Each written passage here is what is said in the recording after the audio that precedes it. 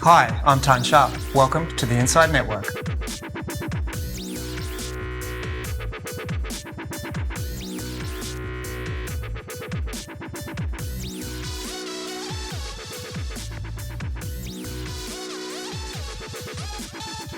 I'm going in depth with John Woods, Head of Asset Allocation and Portfolio Manager for the Balance Fund at Australian Ethical. Welcome, John. Thank you. Can you expand on the role of the Ethical Charter in guiding your investment approach? Yeah, the Ethical Charter is central to our investment approach. It sets our boundaries for what we think delivers a net positive impact in our portfolios. It encourages us to think long term and what we should do. What is the underlying universe of investments for this strategy? So in my role, I'm Head of Asset Allocation, investing in multi-asset portfolios. So I've got a very broad universe. So we can invest in all asset classes, from alternatives, infrastructure, unlisted property. But for each of those asset classes, we apply the Charter without exception.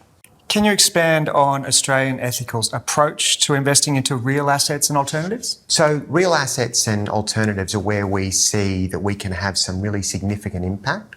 So we tend to be invested in areas where others are less inclined to provide capital. So early stage venture capital, we have exposure into microfinance, and it's also the way we gain access to emerging markets. It's very hard to find a way that's consistent with our charter in something as challenging as EM in public markets. But when we're given the breadth of private assets, we can find good holdings.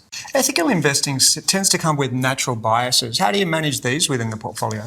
So I'm privileged within the multi-asset team. I've got a wide range of levers that we can manage that risk. We have to think at a little bit of a higher level. So potentially within a single asset class, it's hard to manage the risk. Think about the impact of resources in Australian equities. But when we expand that universe and include global equities or alternatives, I can manage that risk far more effectively. So for example, what's the role that something like BHP plays in an Australian equities portfolio? Well, it protects it against supply-side driven inflation. But there are other ways to protect a portfolio against supply-side driven inflation, like agriculture. And what does agriculture brings with it? Well, it brings food for the world, so it has a positive impact as well.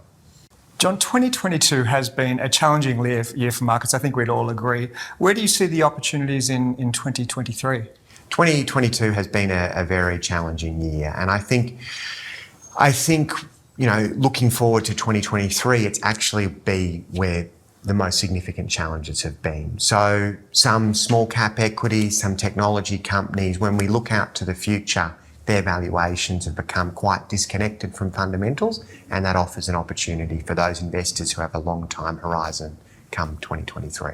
Of course, interest rates have been a major talking point in 2022. What are your thoughts on that issue moving forward? Yeah, 2022 has really been unprecedented for the rapid rise in interest rates.